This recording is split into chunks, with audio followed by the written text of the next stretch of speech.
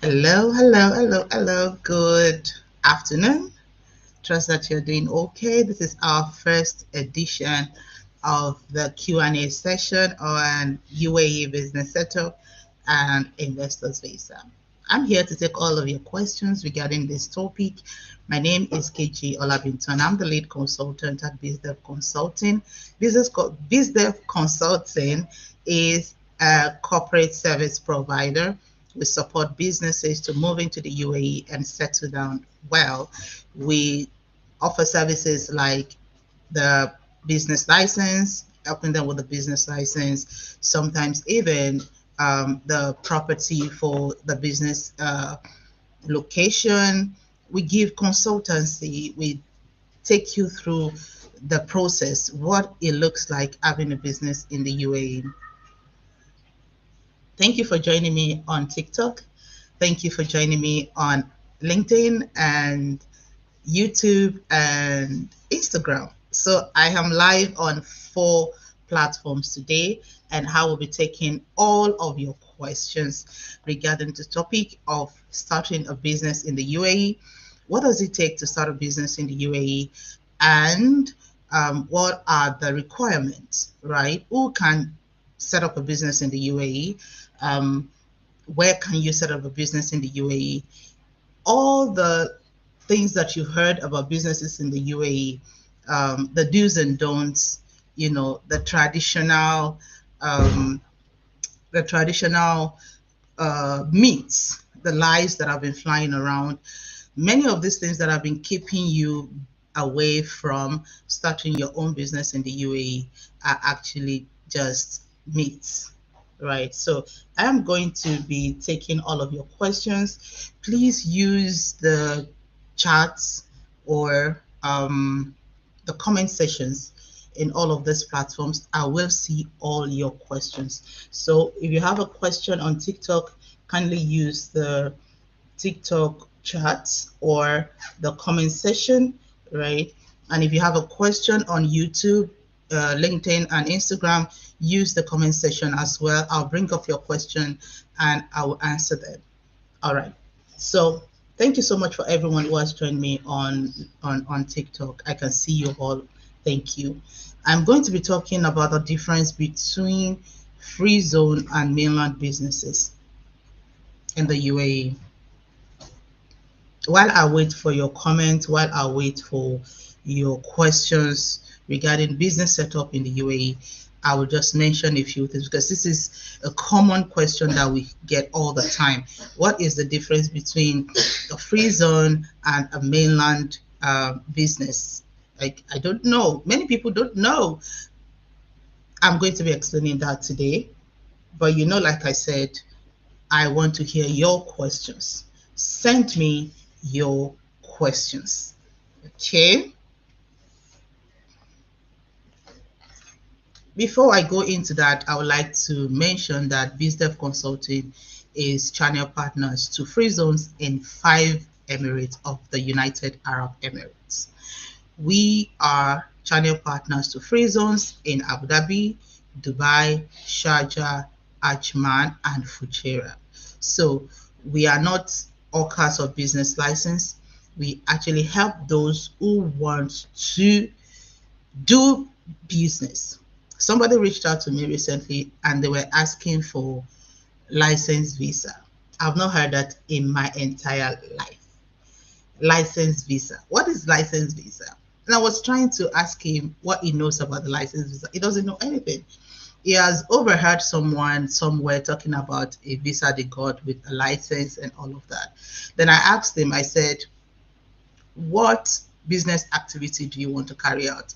He said he doesn't have any business idea. He doesn't have any business activity. He just needed a license visa. I had to explain to him the difference between license and visa, and it's not just visa, right? I always say this to people: do not get a license just because you need visa. It is a dangerous path to tread upon. It is very dangerous. Okay. So with that introduction, I will go to the common questions and answers that we that we get all the time. Um, I hear people ask me most of the time, what is the difference between a mainland license and a free zone license? All right. So in the UAE, we have several licensing authorities, which means that 2, 3, 4, 5, 6, 7, 8, 9, 10 business owners in the UAE may not have the same license. Someone might have the license from a free zone, another can have their license from the mainland. And in the UAE, we have about 40 different free zones, which means that there are about over 40 licensing authorities in the UAE. So different authorities issue business licenses. All right. So when someone comes to me and say, how much is license? Imagine I can give you a price. I can't give you a price because the prices are not the same from all of these authorities, right?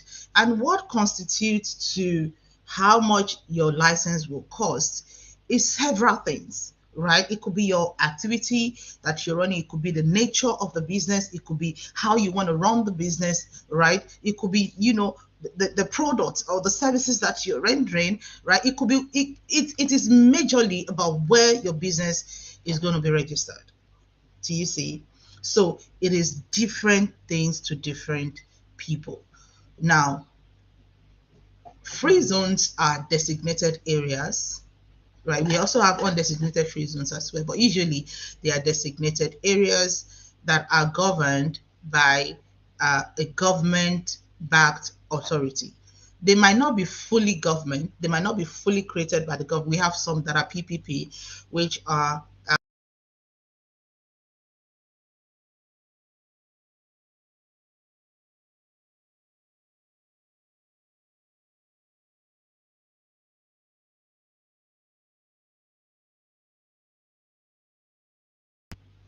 uh, can anybody confirm the sound now on Instagram, LinkedIn, and Facebook?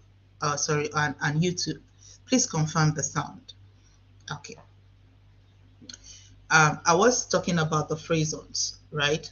So there are various free zones in the UAE.